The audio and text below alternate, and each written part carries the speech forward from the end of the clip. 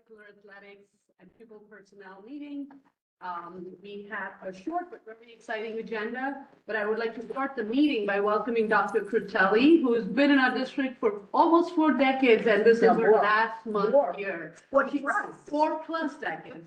Dr. Crutelli, it's an honor to have you in our curriculum meeting in the month that you're going to be leaving us, moving on to happier things in retirement. I want to welcome all the other administrators and start our short but exciting agenda with curriculum update. Ms. Hurst, this is yours, all yours. Yes, good evening, everyone. Tonight I am presenting our forensic science curriculum. Basically, the impetus for this was an update to the document because traditionally this was a half-year elective at the high school. And much like the other electives, we moved forward to make it a full year elective. So the course is open to students in grade 10 through 12. The document itself has many units, basically, that students will learn about. I like to call it what really happens, not just CSI. Where students think, oh, this is so cool. And then when you really see all the work that goes into actual forensic work, they get a much deeper understanding of that. So we have units such as introducing evidence for them to understand what is considered evidence, what is admissible, what is not. We actually touch upon 9/11, discussing a little bit about how forensic science was used within that investigation. Fingerprints, which is always kind of fun. They get to do their own fingerprints and see those characteristics. There is a unit in here which goes over careers in forensics, just so the students can see what would be involved if they were to pursue wanting to do one of these careers. Forensic photography, which is an interesting unit.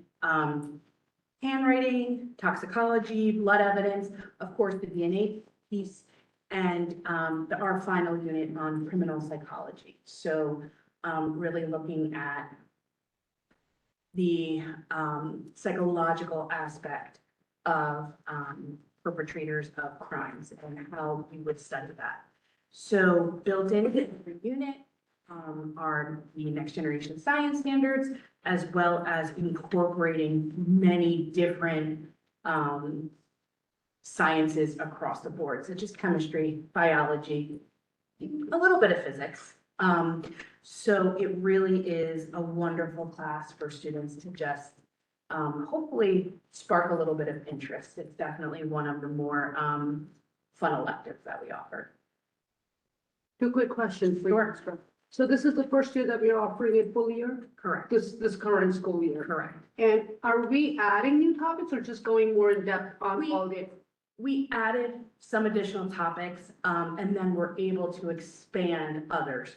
So for example, forensic photography is something a little bit more new that we're going to be exploring, as well as the handwriting. And then being really able to just go more in depth in certain topics. And the students, what's our class size for this class this year? Would you know? Top of your head. I would say we are running 3 sections, so probably at least a minimum of 75 students. That's what it is. So Anybody have any questions?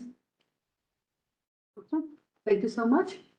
The next item on the agenda is the high school update. So Dr. Higgins, all yours, So, or Dr. Kelly? no, so the high school update is, the supervisors have worked with Dr. Higgins on updating the program of studies for scheduling that will begin occurring after the school year. So we have about 6 courses that we're going to share with you. And I'm going to start with Mr. Moraldo, then we'll go down to Mr. Schneider. Yes. Old fashioned. You want to go first? Yeah. So we are excited to introduce 3, I gave one actually. 3 new courses this year at the Monroe Township High School, specifically within the Department of Career Technology. These are all elective courses. The first two are part of our career technology efforts to offer experience in learning in computer science that are aligned with our career readiness, life literacy, and key skills objectives. And these two courses are the first being Computer Science Essentials. I'll circle back to that one in a minute. And the second being Cybersecurity. Computer Science Essentials will be offered to students in grades 9 through 12. And it is basically a version of our Computer Science Principles course, our Advanced Placement Computer Science Principles course that is taught at a much slower pace and focuses on units that aren't necessarily designed for career transition in the areas of computer science, if that makes sense. So these are fundamental introductory modules for students that may have no interest or no prior experience in computer science, but recognize the importance of having fundamentals in these areas. We envision this being a class that will ultimately serve as a mechanism to fulfill a graduation requirement that we believe will come down the line, but also offers us opportunities for inclusion or a unified model in computer science, but also offers students that are interested or curious about this area, but not necessarily ready for the rigor or pace that a traditional 21st century computer science application course offers. The other nice thing about this course is it partners up with some of our co-curricular robotics programs or other computer science driven programs that may be a little bit more inaccessible to students that don't operate at the level of rigor that all students do. And historically, at least when it came to the career side of things, computer science was a course that was only accessible to our most rigorous and aggressive learners. And now we have an opportunity to offer them an alternative learning experience, which we think will also offer us an opportunity to really zero in on the advanced placement courses to, level out that, maybe even crank those up a notch as we see how the rosters populate. This course will be open to all students grades 9 through 12 and will require no prerequisite. And then we'll look forward to working with special ed, find ways that we could potentially partner up with some of our inclusion classes for a possible unified experience in that area, which would be a nice complement to our engineering essentials class, which is currently operating. The second class that we're going to pitch to our students this year, and again, these are classes that we're just inserting in the program of studies. We don't know if students are going to sign up for them, but their admission into our current schedule will be based on student enrollment. Cybersecurity is an interesting one. It's been a class that's been floating around within our peripheral for a while now. We just never really had the capacity to introduce it, but now we're fully staffed at the high school, thanks to the affirmed budget last year.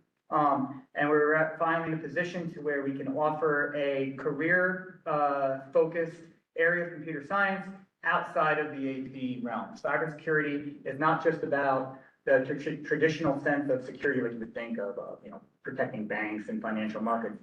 They're talking about everything here on how we can use algorithms to prevent the information of poor information, bad science, how Homeland Security is using computer science to troubleshoot things, how households are using computer science to protect their personal belongings and their families, and really an opportunity to start looking at the jobs that are going to be facing our students upon graduation, or if they choose to go right to work after high school. This is another class that's going to be open to all types of learners. However, we will install a prerequisite of one of the existing computer science courses that will be in play. We expect there to be a lot of opportunities for co-curricular support with this class.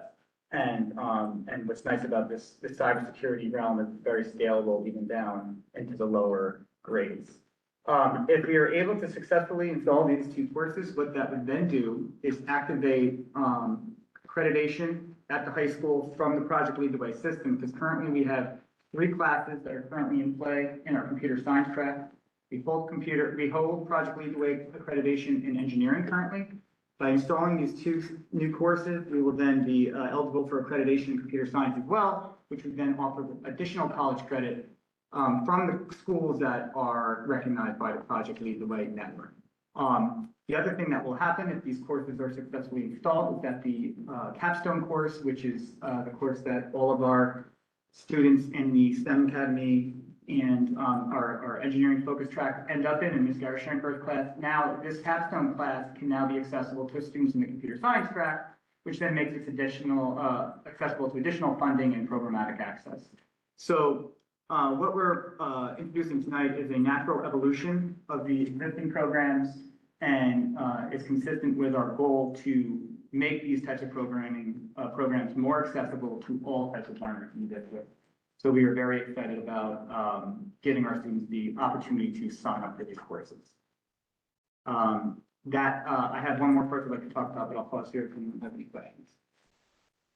No questions, but this is a great addition to our program of studies. And to your comment about we don't know if the students will take it, I can guarantee you that that will not be a problem.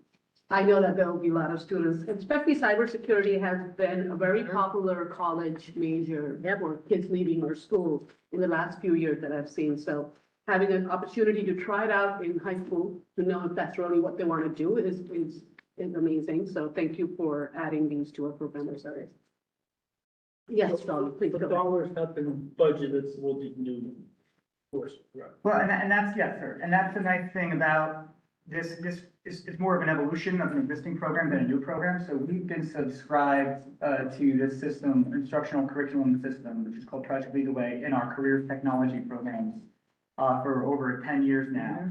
And they offer us the ability to choose programs and even as far as individual units in an a la carte manner. So we don't have to commit to a massive, tens of thousands of dollars curricular program, whereas we can say, we know Monroe, we've been running summer enrichment and offering new classes every year now, as Ms. Bora stated, we feel pretty confident that there's a want. So we know which program exactly to install to meet that want. And really the biggest budget nut is related to the staff training. And Dr. Lehman and the supervisors and I will meet, through our traditional budgetary cycles to make sure that if we're envisioning rolling out something that would require staff training, that we'll install that in the budget. So the summer school program that you run is an excellent way to target the kinds of programs that students are very interested in. That's why you're going to get the kids out for these kinds of programs. Precisely. Yeah. So, and that was the genesis of the theater program a couple years ago, when we saw the interest of our younger students at the middle school, when they wanted theater, and that's the same thing we're doing here. And we will continue to use the enrichment model as a means to evaluate what the community wants. Thank you. Any other questions? Go ahead. Thank you. On the flip side of this paper, is the third new course that we will be introducing this year. And this is going to be something that Dr. Higgins and I and the video production staff have been talking about for a couple years now, which is going to be a rethinking and a reframing of the way that we offer video and media production at the high school. Technology evolutions, the way media is consumed and delivered has changed so much over the last few years. So has the nature in which our students are pursuing this content. So much so that we had been evaluating student interest and talking to the kids and the teachers and even going out to competitions and finding that it was time to rethink the way that we offer students the opportunity to learn in this area. We absolutely acknowledge that there's a need to continue to study the technical and career-driven aspects of the video production course. So we will continue to offer video production 1, 2, and 3, in addition to our writing for media courses at the high school. Those courses will remain. But what we're going to do this year is we're going to introduce a new course called the MTHS Morning Show. We're still tooling around the name. No, we But- love it already. We like. Yeah, so the idea is that, for those of you that don't know, video production 2, over time, as the students became more talented and skilled, has become really the production company of the Monroe Network News. And so what was happening is that the students started getting really into it, and we became a news broadcasting class. But the original essence of media and video production was not just to report the news. There was supposed to be opportunities for creativity, performance, and technical skill, the evolution of technical skills. And we found ourselves kind of caught in a holding pattern of some technologies that are maybe becoming outdated, but also as much as content that was becoming outdated. Now, we recognize there's still a need for the morning news, and that's where this class is going to continue to do that. But what we're going to do is we're going to reach out to our students that maybe are interested in being a part of broadcasting or creativity, but maybe not so much interested in the technical aspects of video production and media production. And we're thinking a lot about our friends in the performing arts areas. But also, as we've learned, and as the teachers would tell us, that some of the students that will enter wanting to learn about wanting to be behind the camera, and then exit wanting to be in front of the camera. And we think that there is a place for both. And we also think that with the advancements we've been making in our sports marketing interns and our video production interns that you see all over the town, we think there is a opportunity to cultivate talent, literally, and get these and really raise the stakes of what we can produce here in-house. That includes some of the things that we've discussed as Citizens Advisory Committee with, bringing back some of the community-based informational shows. We want to go out and cover more events outside of athletics. We have a pretty cool event happening at the middle school every week. We have many performing arts things, and we have these students, and certainly have the infrastructure here at the high school, the new broadcast server, to do this. And we know certainly that the community wants access to some of the things that we're doing. So this specific show, this specific class, MTHS morning show, is going to it'll be a pre-vocational career technology, practical arts course. However, we are going to try to bring in some students that want to flex some of the creative muscles, but also learn how to create content that's meaningful and relevant. And that will allow video production to return to its original essence, which would be advancement in technical skills, which would then strengthen video 3, and then we think breathe some exciting new 21st century life into that sequence. Once again, we don't know how it'll take. We have a pretty good idea how it'll take. We feel really excited about the resurgence in our theater programs here at the high school and middle school. So we think that there are some students that would be interested in this, and we'll let it run. And then, we'll see how it goes. So you can see at the bottom of the page that we'll be rewriting video 2 completely this summer. We'll be writing the morning show course this summer as well, and we'll be tweaking video production 1 and 3 accordingly once those 2 documents are set in stone. So that would be the vision. And they've actually been, and this is all generated by Ms. Miller and Verlotic. This is something that we've been talking about for a couple of years now. And Dr. Higgins has been obviously very much involved. Got everything down to the facility evaluation and how we can make sure that we can optimize all of that. So this is what we came up with, and we're pretty confident that it'll pay. I have one question. So the video production 1, 2, 3 classes will remain. This will be an addition. The rewrite is going to make it mostly technical and take the content creation into the morning show, like creation, delivery. Yes. Is the morning show also going to have an aspect of the technical? Correct. I would just be careful. I wouldn't feel comfortable saying that there would be a removal of those creative aspects, but that's still gonna be a very big part of video 1 through 3. So I don't want anyone to think that we're gonna strip out all of the creativity side of it. But what will allow us to do, so much of video 2 has become almost like deadline work. Like, we gotta get the news out. And like, I actually did an observation on a half day, and it was incredible to see them continue to produce the news on like a shorter deadline. But then I wonder, like, what if, and as it was pitched to me by the staff, was what if we had that type of rigor and work, and then we were able to bring in people that have been rehearsing their lines and their, we could think about the possibilities. I mean, we see every day the students see what goes on in the news. It hasn't really evolved a lot in the last couple of years, and we're excited to see what we can do next. Do we know programmers that have anything related to journalism? I'm not sure.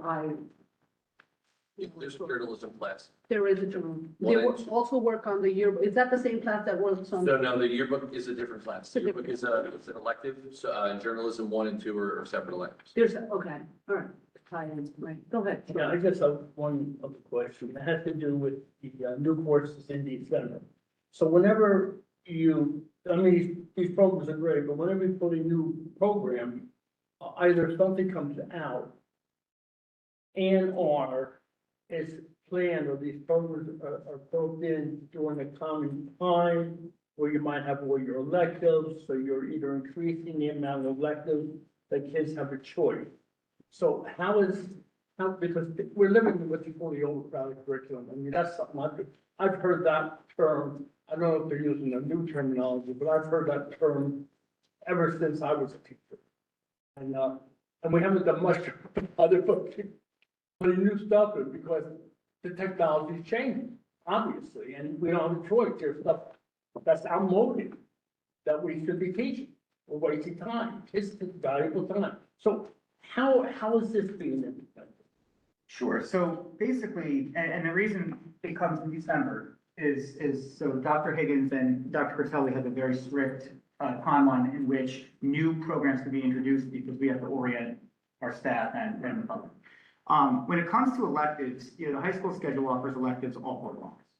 On occasion, electives, they need to evolve, especially in the practical arts. They need to evolve as society evolves.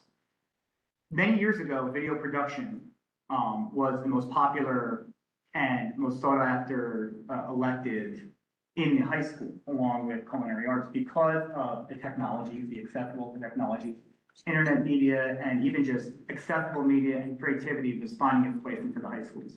As media became more accessible and as the technology became more user-friendly, that passion and that excitement for that course, or the utility associated with that course was being found elsewhere throughout the overcrowded or at home because it was just kids were becoming more adept. So the numbers in those courses and the enrollment in those courses start to wane subtly, but the interest in that content doesn't necessarily wane. So instead of running, let's say, 6 sections of video 1 and 2, what we would do then next year is run 4 plus 2 of this new course.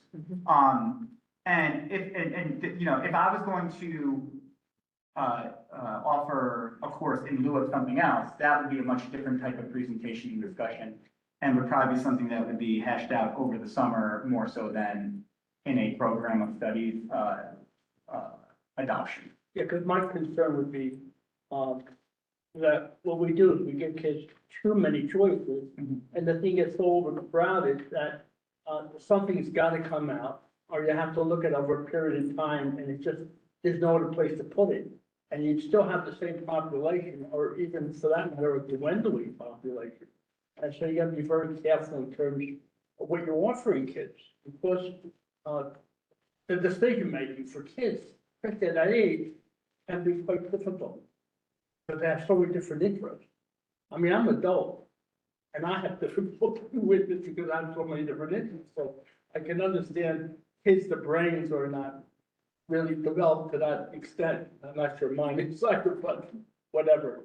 But I understand now, and thank you for that input, I appreciate it. So Mr. Schneider has 3 more courses. Yes. Yep. Real quick shout out, I know middle school does some sort of a news. Yes. And it's on Instagram, and I love it. FBC, They're amazing. Falcon Broadcasting Company, and that, again, If that, you're doing that in middle school, I know the level of talent. and to be honest with you, that, I'm glad you brought that up, and I'm sorry, Yale. That introduction of that program is a big reason for the necessity to evolve this program, because those kids are getting those skills now much. And they have been, that's been going on for years now. And she does, and Ms. Lebrani, you should say her name, right? Yes. Yeah. She, what she's done is given us the ability to now perhaps get a kid right into the morning show because, They or used to. maybe in some cases right into video too.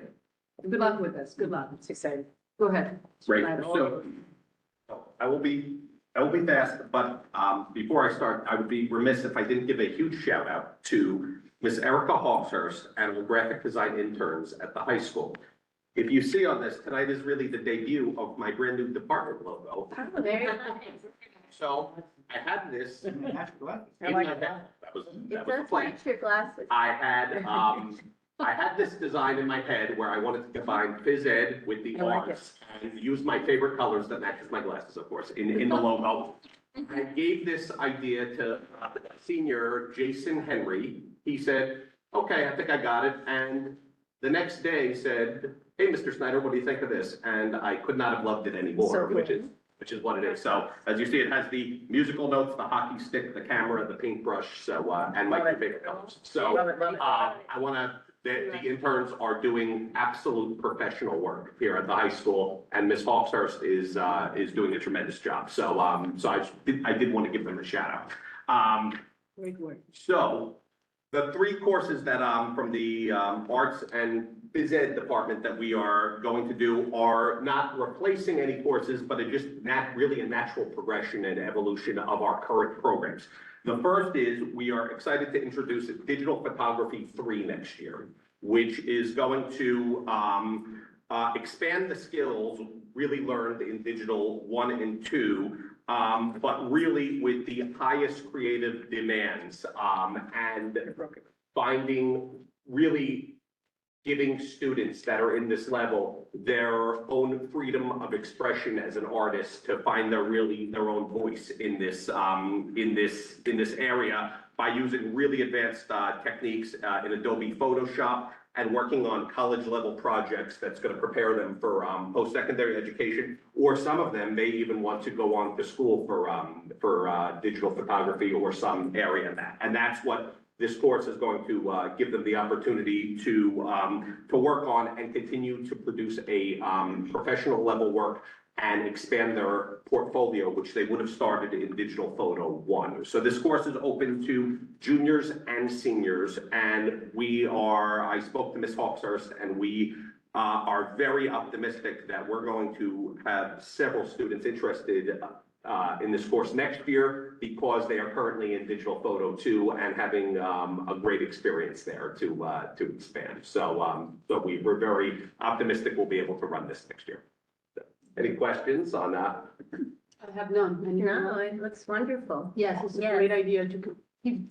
Yeah. give- And this will also line in, we just introduced a couple of years graphic design 3, and we have, of course, studio art 3. So this Yeah. is keeping in line with many of our, This is great. They're all popular courses. yes, very popular. So the next course is something I'm very excited about, which is Honors Piano 3 at Monroe Township High School. Our piano program, I think I mentioned back in August when I did the curriculum for Piano 1, there is tons of interest in the piano electives at the high school.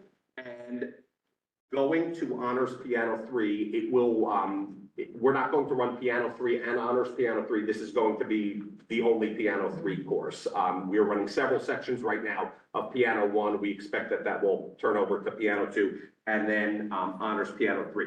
What we've done is made the requirements for this course a little more demanding, as it will be honors, and it will be kept in line with our other honors performing arts course. We have honors wind ensemble, honors percussion ensemble, and now this will be the third one.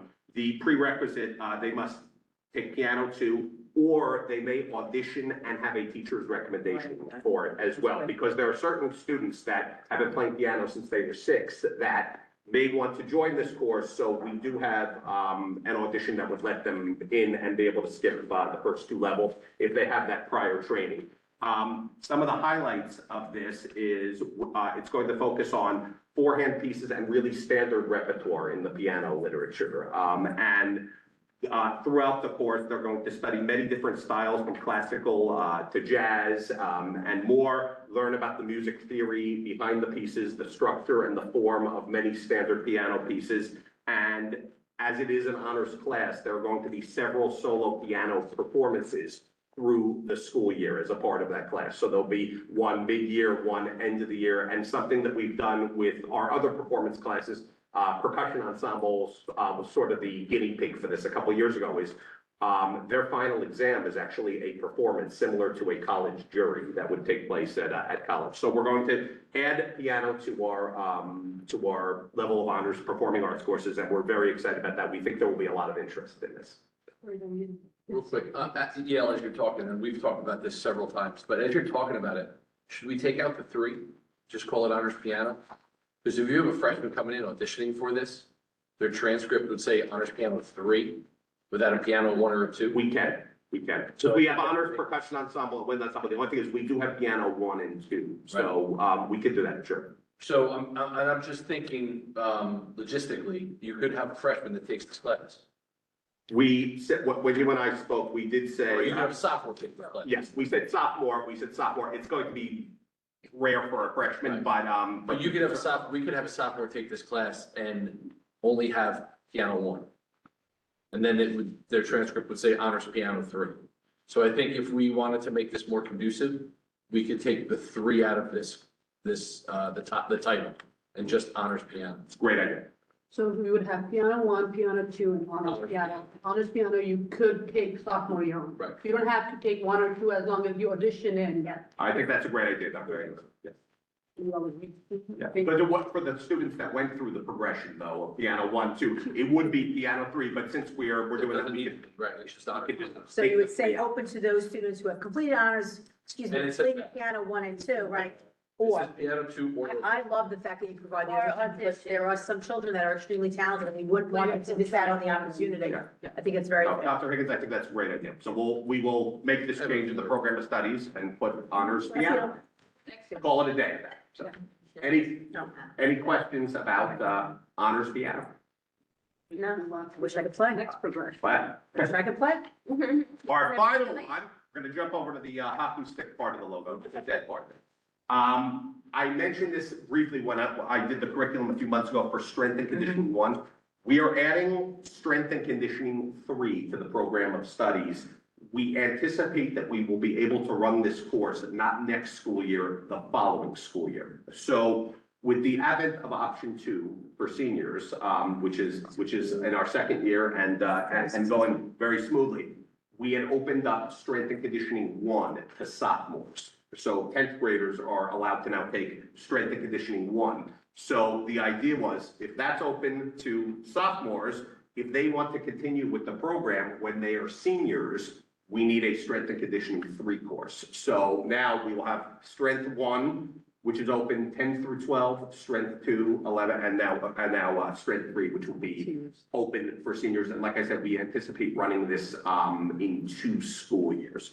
This is going to be on an advanced level and really giving students, just like in digital photo, they have their personalized voice of an artist. This is going to really focus on the personal workout regimen of seniors, as they would have 2 years of training. They would be familiar with all of the equipment in our weight room, the exercise, and it would really be creating a training method for them as an individual. But many of these students are athletes that would work for a team setting as well, and they would be keeping track weekly of their workouts with their teacher, with the instruction. Their students obviously will do this. They'll do this for 3 semesters, for 3 marking periods. 1 marking period they will be in health as seniors as well. So we think this will be a great addition to our course of studies, and hopefully we will see, with the amount of sophomores taking it, the attrition rate of the retention, how many will continue on to 3.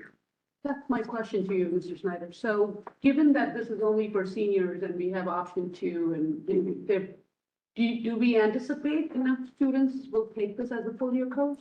I believe we're gonna be able to run, I'm taking a prediction here, but I believe we will be able to run 1 section of this. And yeah, I believe we'll be able to run 1 section for seniors, because the students are really into their, to their workout. Ms. Boatman and Mr. Field do a fantastic job with our strength program. And in talking to the students, like I said, I know I honed in on it before, but each student is really coming out with a personalized goals and personalized there. I think I said, when I did the curriculum, if someone like me walked in, I would be able to lift the bar, maybe have someone spot me and then put a couple weights on. But students are expanding onto that.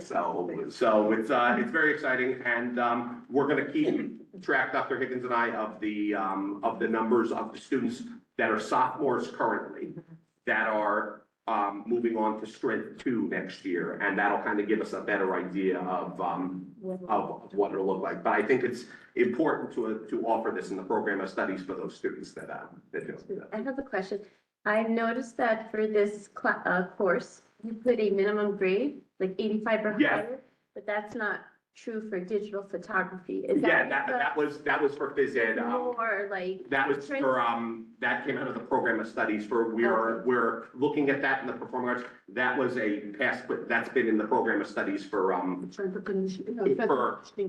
yes, prior to, so Okay. for strength 1, it's the 85 or higher is current in the program of studies.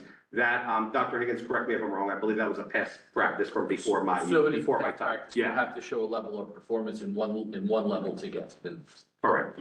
Correct. So that was before, that's been in that, and that is something that I am going to look at in the arts thing. We just haven't gotten there yet, and that had already existed for phys ed. So we are going to, I wanted to continue that into strength 3 because it's already there from strength 1 into strength 2. Okay. Yep. Any other questions? Very good. Thank you so much, Mr. Snyder. Thank I you. guess that's 6 great additions to our program of Yep. study. Thank you, everybody that worked on it. Excellent. Very exciting. I guess we move to Dr. Crisali now for the Avid update. Yep. Okay, well, and thank you for the presentation. It's tough to sit here and hear that when I know I'm not going to be a part of it moving forward, but it's all good. I am going to be sharing it with the counselors, but I think that, you know, what you're doing is, what all of you are doing is great. So thank you very much for that. I did want to, talk a little bit about Avid this evening. Avid is, my true love. And I thought that before I leave, I wanted to share this program with you. We started here at the high school in 2009. Dr. Hamilton at the time, when he came into the district, you know, he talked about Avid. I happened to see Avid at a board, at the October board convention. I was on the Long Branch board for 20 years. And I went to a workshop on Avid. I knew nothing about it. And when I heard the price, I thought, you know what, my district's not gonna pay this, you know? And so, but then I started thinking, what can I do with the counselors, talk about college and career readiness? And then he came on board and I just said, I really want to be a part of this program. So we started in 2009 at the high school and the following year at the middle school. It was myself, the building principal, Rob Goodall. We had 4 teachers and 1 elected teacher and 1 class. And we thought, are these students really going to want to stay here for 4 years? And they did. And when they became seniors and to watch their growth and what happened to them over 4 years just blew us away. It was just amazing. And I will tell you that that has happened ever since. So they start as freshmen, and by the time they're seniors, there's such a transformation. There's so much collaboration and collegiality and just respect and support for one another. And to be able to provide our students with an opportunity to be part of a cohort is, I've been part of one myself. I know some of us here have been part of one when we went through our doctoral program. It's really amazing for the students. They really have become a family. This program, Advancement via Individual Determination, really is looking at the student in the middle. You know, what about the student who does okay? You know, we have our students who do really well. We have our students that may be experiencing some academic difficulties. We look at ways to give them support. But what about the students in the middle? You know, maybe the students who aren't on that track, or there's not that expectation. They don't have that opportunity, you know, or they don't have a pathway for them to help them to get to the next level. How do we support and help those students? That's what this program is about. So it gives students an opportunity to get that support, whether they don't have it at home, they need more of that support in school, they need support from one another. It truly works to build that confidence, that self-esteem, give them the strategies to help them to find that success, and not just academically, but socially and emotionally, you know, giving back to the community, really understanding what it means to be a lifelong learner, because, you know, we have a lot of courses, you know, we talked earlier about, you know, for some of us honor roll principles list, but it kind of goes beyond the grade. You know, and what does that mean? And that's part of what this program does. So for me, in starting out as a high school social studies teacher, then a school counselor, and now a supervisor of school counseling, this is what I want. You know, I want students to have that opportunity to say, whoa, I never thought I could do it, or to find that success, you know, and have teachers who are supporting them and have administration who's supporting teachers so that they can do that. And that's what we've seen happen since 2009. We have it the following year was the middle school. And a few years ago, it came to the elementary schools.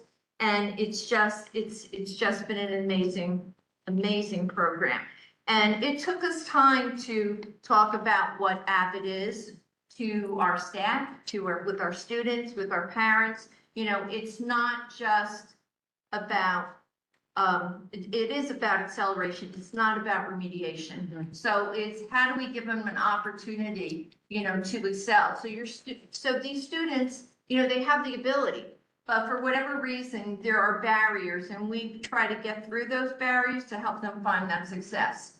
And we're looking at career readiness, we're looking at college readiness. Not every single student is going to go on to college, but when we talk about college readiness, it doesn't mean that we have to, put them at the throes of the college door, but that they need to have those skills, whether they're going into any type of occupation. If they're going into the armed services, when we talk about college readiness, we're just talking about those skills so that they're able to be successful in society and be a contributing member to society. So that is our hope for our students.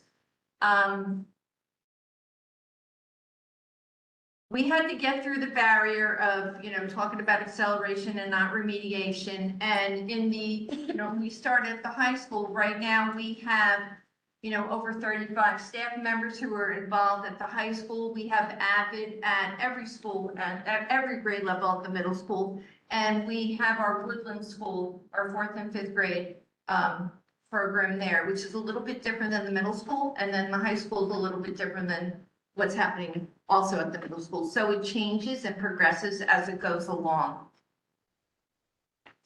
And again, I talked about what AVID is not. It's not a remediation class. It's not an easy elective. It's not a guarantee that students going to pass every single class. It's a place for students who want to be college and career ready. And again, for some of those students who need that support so that they're able to do that. We help them to develop comprehension skills. We teach them specific strategies to be successful. We look at their particular skill level, their habits, their behaviors, their ability, and we focus in on different parts of what makes that student the whole child. And from there, then we start to really kind of delve into Wicker, which you can take over. So as one of the assistant principals at the high school, one of the things I'm in charge of is the AVID coordinator. So we have actually groups, like Michelle was saying, we have 35 staff members at the high school who are involved with AVID. And we have, some of them are on the site team, so they will teach students who are in the AVID electives. So if you can visualize, there's classes that just have the AVID students in them. That's the AVID elective, and that's at the middle school also. So those students also take history, math, science, all those different classes, obviously. The AVID site team teachers are also trained in the AVID techniques. So you have those AVID elective students that work with the AVID site team teachers to then, work with best practices, to work with students to, make sure that they are supported in many different ways. One of the main things that goes on with AVID is something called Wicker. And so if you look at that, they talk about writing, inquiry, collaboration, organization, and reading. And so this is something that goes all the way from elementary, middle school, and high school. For myself at the high school, I've seen it where, if you can go to the next slide, obviously writing, everybody knows how important writing is. This is a place where students get to practice writing a little bit more, and they get to maybe look at their writing from other classes. They get chances to refine their writing. They're looking at how to communicate. Also, go to the next slide. With inquiry, one of the things we're thinking about, higher level learning now. All right, you're getting students not just, obviously it's going on in a history class, it's going on in language arts class, but they're getting that practice in the AVID elective. So there's certain activities that go on that will challenge them to think a little differently than maybe they would in an art class or some different classes that, is just a different elective, all right? So they're engaging in thinking and learning, exploring a variety of ways to solve problems. So there's a lot of different things that go on in that elective class. And also in one of the teachers that's here is actually on the site team. So let's go to the next one. I'll talk a little more about the site team later. Collaboration, so again, we're working together with other students. They're working together to share ideas. There's all different types of projects and activities that go on in the elective classes. And then things that go on in the elective classes are also mirrored in the, again, history, math, science, Spanish, all those different classes. A lot of things that go on in the elective class also happen in the regular college prep or honors classes. Next slide. All right, organization. One of the things with collaboration, which I didn't mention, but I think is very important, public speaking. They talk a lot about, and they have opportunities to refine public speaking, whereas in the language arts or some other classes, they'll, they may have to do it, but they're maybe not getting enough chances to practice or things like that. With Avid, they would have a chance to practice in a controlled setting, maybe being able to break it down a little bit more than would go on in a normal class. Organization, managing their time, planning, being strategically and intentional in taking responsibility for their learning. So there's a lot of things that go on that are expectations in college prep and honors and AP classes that some of these students maybe wouldn't have gotten if they didn't have that. The last one is reading. Again, it's kind of obvious, but in Avid, they practice this, right? There's a lot of intentional, they're looking at different documents, they're looking at different stories, and they're breaking them down, and they're making sure that students understand how to, what's going on in these stories and why it's important. So they're getting that practice again. Next one. Woodland, yes, that's me. So when Woodland came on in 2019 and our schools, and I met with, and we meet periodically with the school coordinators from the Woodland and from the middle school and from the high school to just talk about the program in general and what's going on and some of the goals for the year. The administrators have gone to Summer Institute, just went this past summer. And we've sent at least 10 staff members every year to Summer Institute. There was a lapse where, because of COVID, that we were just doing it virtually, but even in 2020, we all attended virtually. And then slowly it started coming back to going live, with Avid and being able to work with educators throughout the country, which was pretty awesome, and just hear their experiences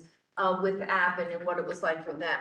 So Woodland started in 2019 in grades 4 and 5, and basically, their goal right now for this coming school year is to continue to share some of the strategies, which are your best practices, with all of the teachers. And I know Lena has been looking at collaborating through PLCs, our professional learning communities, so that teachers have an opportunity to share and to talk about some of the strategies and support that our students need and some of the resources that, teachers can share with one another, which has been really nice. And it just continues to help with that growth mindset, which we want to be able to instill in our students.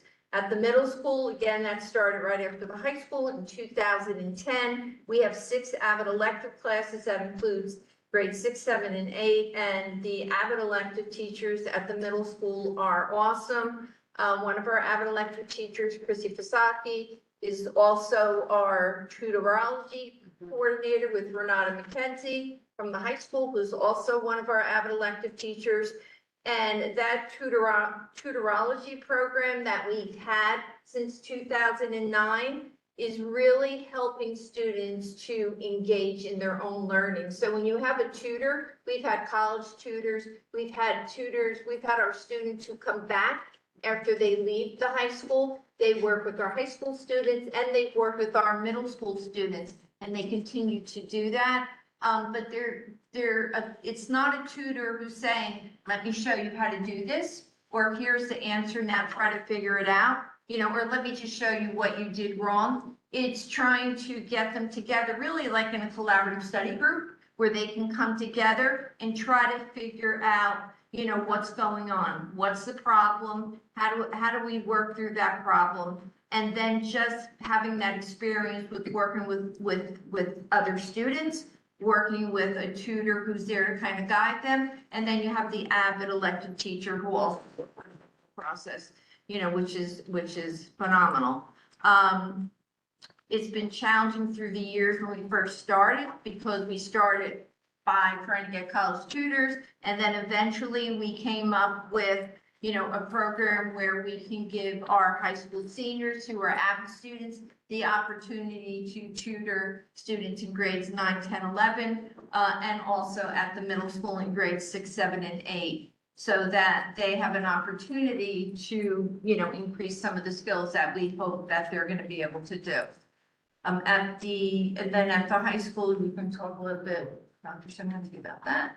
Right, so at the high school, we've been doing it since 2009, so every year we look at, you know, what we've done in the past, and we constantly trying to improve. So we're working as a team with the 35 staff members to come up with goals every year. And a lot of them deal with, you know, adding, you know, more staff members. A lot of it deals with more best practices, sharing out a lot of things that we do in our AVID classes that we see are successful, and we share with other teachers so that they have those, like, their toolbox just gets bigger as teachers. So we do a lot with student celebrations, character building, and one of the other things I just want to mention is that we do grade level meetings every month. So the counselors are involved with those. So the students are, like, you know, we're checking in on the students to see how they're doing with all different, you know, classes. There's monthly culture meetings talking about the culture of, you know, going on with the program, and that even mirrors some of the goals from the high school with Dr. Higgins and the whole school. We have monthly instruction meetings, again, sharing best practices, sharing these things out to other teachers. We have systems meetings, which talk about access to rigor, making sure that, you know, these students that come in, many of them don't come in and have an honors class or, you know, eventually get to an AP class, but that is something that we challenge the students for, you know, to get to that point. And I did bring, because a few years back, I shared like a portrait of an AVID student with our high school staff. So I only brought 6 of them, so if we can just pass them along. But this is a student, if you look, like when you get the transcript, you'll see, as a freshman, they didn't have any honors classes. I think as a sophomore, they perhaps had 1. And then as a junior, I believe they had 1 honors and 1 AP. But if you see the grades for the student, it's particularly 11th grade. And as counselors, we know 11th grade is the most important part for going to college. What's the grade point average, 11th grade? I think it's almost a 99, I believe. I think this student only got 1 B, all right? I think there was an 88 in freshman year. The point being is that these are students that come in a lot of times and they're not ready for the honors level. Now we're getting them ready, we're getting them that confidence. Now they can take it potentially as a sophomore, they can take them as a junior, and this student ended up going to NYU in New York. They were still a top 20 student in the school, even though they didn't take, you know, our highest level classes, you know, as we got to senior year. So it's something that we're proud of, that, you know, some of our students that have challenges and struggles when they come in to maybe not be where some of their peers are at as far as the, you know, honors and AP level, but they're still being very successful, and this is an example of that. Okay, and then with AVID, I know that you're gonna ask this. AVID district-wide, basically, you know, when you look at AVID and you look at it throughout the district, and when we think about the things that we want to happen for our students, you know, it starts with looking at the professional learning for our staff and supporting them. And I think when we first started here at the high school, and because I was scheduling the building, you know, I started to look at when can those teachers be free? You know, when can they get together so they can talk? And through the years, we've had a block where, you know, all of the AVID teachers in the high school have the same block off. and they can get together. And what I've seen from 2009 until 2024, that you have staff members, it's not just the staff members who are in your department. You know, now it's cross-section. So you have science teachers who are talking to the language arts, to the math, because they're off at the same time, and really talking about some of the things that they're doing in the classes, and being able to have the opportunity, where so many times we said, you know what, we're gonna get together, we're gonna have a meeting. Well, now you have that time. It's block one is your time to have our meetings. The high school counselors have their meetings. All of the schools that are involved in AVID, when we talk about, I talk about AVID with all the counselors throughout the district, and we're preparing students for the next level. And how are we going to do that? Whether we've had parent programs at the middle school and the high school, celebrations with our students at the middle school and the high school, you know, preparing them for the next level, you know, with AVID, and whether or not it's something that they want to do, and providing them with that information. So the conversations and the discussions are ongoing, but the collegiality that I've seen with staff, which is something that you always want, has happened, and it continues to happen. And as a result, the students benefit from that. And that's, I mean, I could go on and talk about this program forever, but I will stop. But if you have any questions, but I do want to thank the last slide, Dr. Chetta and Mr. Laurie and Dr. Cernansky. There are AVID coordinators at each of the schools. I know we talked about expanding it to Applegarth and Brookside, and I talked to Lena, Eric, and Jim about some of the things that they can do to showcase what's happening at their level and share it with Applegarth and with Brookside, because they're very excited and interesting in being a part of AVID.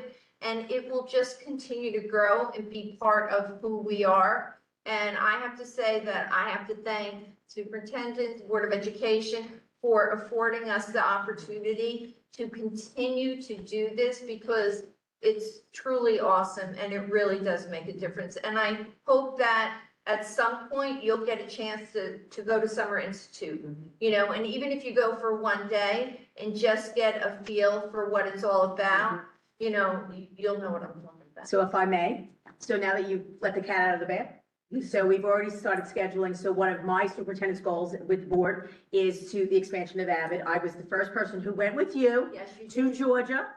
I remember your bag broke as you were walking through the terminal as we were trying to get on the plane. So I was one of the very first people who was I was the coordinator at the middle school from Dr. Hamilton, and it was very exciting, and it's an incredible program. So we've already scheduled. I want to thank Zach. We met today at Brookside. Yep. Tomorrow we'll be at Applegarth. So what we're going to be doing is we're going to have that conversation, and what we'd like to do is we're going to create a team, and it's going to be leadership as well as our teachers, because we have so much resources. So of course it'll be Dr. Chetta, and it'll be Dr. Sinansky and Dr. Higgins, and it'll be Mr. Laurie, and it'll be Svisaki, and it'll be maybe Miss Renata McKenzie, and Mr. Chanley is a part of it, and everybody's part of it.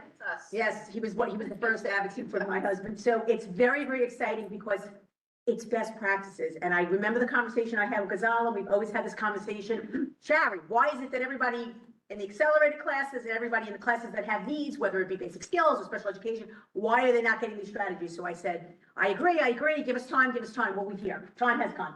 So we are very excited. And I am so proud that the last presentation, I don't say last, the final last, the current presentation that you just gave gives us an opportunity, because you have been such a wonderful asset, such an incredible resource. You know, when I was the vice principal and the principal of the middle school, I learned from you, I worked with you. You are incredible, and this program is successful because of a leader like you. So we thank you for all that you've given to all of the kids.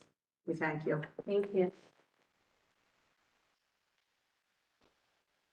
I love making the pride. Thank you, Dr. Patel. It's incredible. 15 years of bringing this program to where it is Beyond. in our school district. This is probably going to be one of your legacy. You know what, and for me, I mean, there's so many things that I can think of that I'm so happy that I've been a part of, but I'm just so grateful that, in addition to, working with school counselors, that I've been able to meet so many awesome teachers and to work with them and to see the dedication and the commitment, and how much they want to make a difference and the things that they want to do for our students that, I just feel so fortunate that I've been able to do that. And so again, thank you. I speak on behalf of all the board members, and thank you for sharing in such detail today. We've always had this as a conversation since Dr. Chandy started about making AVID more widespread, the benefits of the WICA program to really touch every student because everybody needs it, Yeah. right? I do have just one quick question. I know that we're trying to propagate this, but at this point, does the student that's taking is part of AVID in middle school naturally progress into, so how does the student qualify So to get that elective? So we went through all kinds of processes, but we would we would go over to the middle school, we would interview them, and we would develop questions, we'd talk to the site team here at the high school, what do we want to do, how do we want to go about it, we had them, They write bring a portfolio. Yeah. Yes. And then when COVID happened, we didn't go over, so they had to do a short video. And it was awesome. I mean, the things that we saw in the video, we thought, we should have asked the students. Because it was just, because they need to want to be there, and we tell them, it's individual determination. You need, I don't want your parent telling you have to be an AVID, you have to tell us. And we saw it through the video and we thought, oh my God, this is it. And that's how we do it. Still the process is that they're sending. Yeah, and then they There's want some to, writing too, there's A little bit. there's an application, there's some writing. but not to the Video. extent. Yeah. How many kids do we take into the program every freshman year? Depends, we could take in, we could take in 40, Yeah, I think this batch about 45. 45, 40 or 50, 50. yeah. Because it's two classes, and most of the children, I won't say all, but the majority of children that want to continue do. Yes, But I think. yes, that's right, most of them. Yes, do. also, it really has to be the individual determination because they do give up something, give up one of their electives at the high school, but they do become a family, and I've seen Yeah. it firsthand. They are a family. It's incredible, and it's a fabulous opportunity for best practice to be shared. All of our children should be getting those best practices, whether it's Brookside, Applebot, or Woodlands, and it's something that we feel very confident is going to be able to be done. One thing that I harp about at work every day is working cross silos, the cross-functional collaboration, and you ended with that, and you could see how that really falls into place with the teachers from different disciplines and the child adopting the same philosophy in different disciplines. It's a great example of working across silos. So thank you for the great presentation. Anybody has any questions? We're all out of time. We wish you a lot of luck and success and happiness in your, but thank you for leaving this great legacy. Thank you, thank you. Thank you, everyone. Go ahead, Sam. Yep, that's it. Yeah, by accident.